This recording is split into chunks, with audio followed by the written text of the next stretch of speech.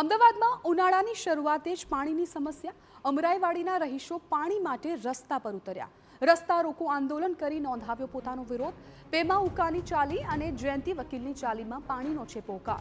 પીવાના પાણીમાં ગટરનું પાણી મિક્સ થતું હોવાનો આરોપ. 2 અઠવાડિયાથી સમસ્યા છતાં કોઈ જોવા ન આવ્યું તેવું સ્થાનિકો કહી રહ્યા છે. મનપાના અધિકારીઓ માત્ર વાયદા જ કરી રહ્યા છે. એએમસીમાં ઓનલાઈન અરજી પણ કરી છતાં કોઈ નિકાલ કરવામાં નથી આવ્યો. પાણી નથી, આ પાણી આવે નકરું રગડા જવું હોય. ગટરનું 2 ભેગું પાણી આવે, તમારે પીવાનું કેવી રીતે? મેં બહારથી 25 રૂપિયાના કેરબા બોલાવીએ, અમે 10 કેરબા લાવીએ. તમે ગરીબ લોકો ક્યાંથી આટલું બધું લાવીએ? કોઈ મ્યુનિસિપાલિટી વાળા આવીને થઈ જશે એમ કરી કોઈ અમે 15 દિવસ અમે હેરાન થઈ જશે. 10-15 દિવસથી પાણી ખરાબ આવે છે અને પાણી છોડી મેળે તો એકદમ ફાસ્ટ જાજરું બાથરૂમ બધું અંદરથી તૂટી જાય છે અને ગટરો પાણી નીકળવા બધું માટી હંગાય.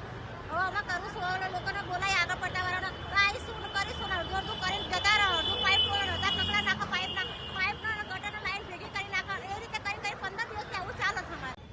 બીજી તરફ સ્થાનિકોની સમસ્યા જોઈ આ વિસ્તારના માજી કોર્પોરેટર પણ સામે આવ્યા અને લોકો પકડી સમસ્યા જોઈને તેઓએ ખુદ ધારાસભ્યથી લઈને મનપાના સત્તાધીશોને ફોન કરીને તાત્કાલિક આ સમસ્યાનું નિરાકરણ લાવવા કહ્યું હતું.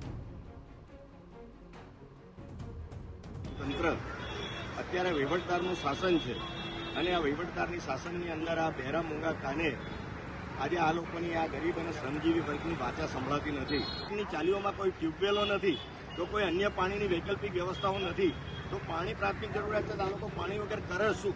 સ્વાભાવિક છે કે રસ્તા રોકો શું, આનાથી પણ મોટા જલદ આંદોલનો પાણી માટે થઈ શકે.